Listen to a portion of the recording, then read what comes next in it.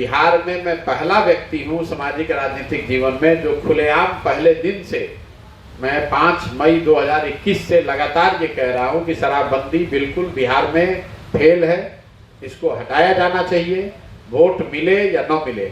इसलिए कि इसको बिहार में आकर धरातल पर देखना एक बात है। पहली बात आप समझिए कि पूरे दुनिया में कहीं इस बात का ऐसा कोई प्रमाण नहीं है कि शराबबंदी के जरिए किसी समाज ने, किसी देश ने, किसी राज्य ने अपने समाज, अपने लोगों का आर्थिक सामाजिक विकास किया।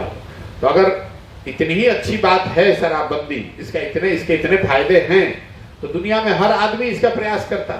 दूसरी बात, अगर शराबबंदी लागू होती तो उसके फायदे नुकसान की बात होती। बिहार में शराबबंदी तो लागू खाली पेपर पे है, शराब की दुकान बंद हुई है, शराब की उपलब्धता तो बंद हुई नहीं है, दुकान बंद हो गई है, होम डिलीवरी चालू हो गया है। और शराबबंदी की वजह से बिहार सरकार को प्रत्यक्ष और अप्रत्यक्ष तौर पर करीब 20,000 करोड़ रुपया सालाना का नुकसान हो रहा है।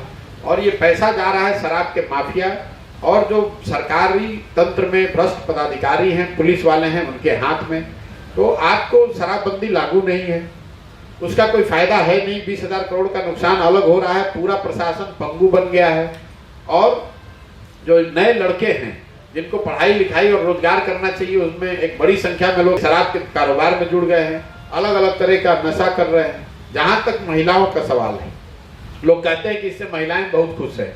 मैं भी गांव गांव घूम रहा हूं, इससे सबसे ज्यादा प्रताड़ना तो महिलाओं को ही है। FIR जिन लोगों पर हुआ है, जो लोग पकड़े गए हैं, एक बार वो पकड़ा जाए या केस के चक्कर में आ जाए तो उन्हीं के घर के महिलाओं को थानों में और वकीलों का चक्कर लगाना पड़ता है। शराबबंदी से बिहार सरकार को बहुत आर्थिक क्षति हो रही है।